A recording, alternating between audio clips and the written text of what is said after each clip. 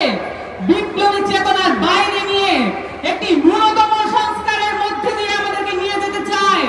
আমরা তাদেরকে বলছি, আমরা যেভাবে জুলাই আগস্টে মাঠ ছেড়ে যাইনি, আমরা মৌলিক সংস্কার আদায় না করেও মাঠ থেকে চলে যাবো ইনশাআল্লাহ।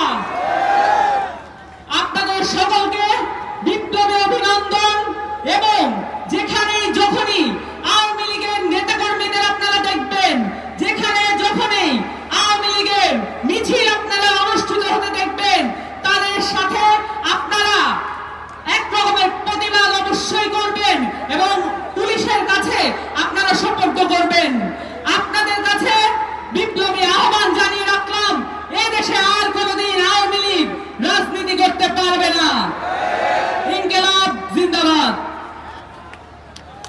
ধন্যবাদ জানাচ্ছি সামান্ত শারমিনকে। আমাদের আজকের এই সমাবেশে এই মুহূর্তে বক্তব্য রাখবেন আওয়ামী ফ্যাসিবাদী শাসনামলে সীমান্ত হত্যার বিরুদ্ধে যিনি একা লড়াই করে গেছেন, আওয়ামী লীগের হুমকি ধমকিকে যিনি ধরাই কেয়ার করেছেন, আওয়ামী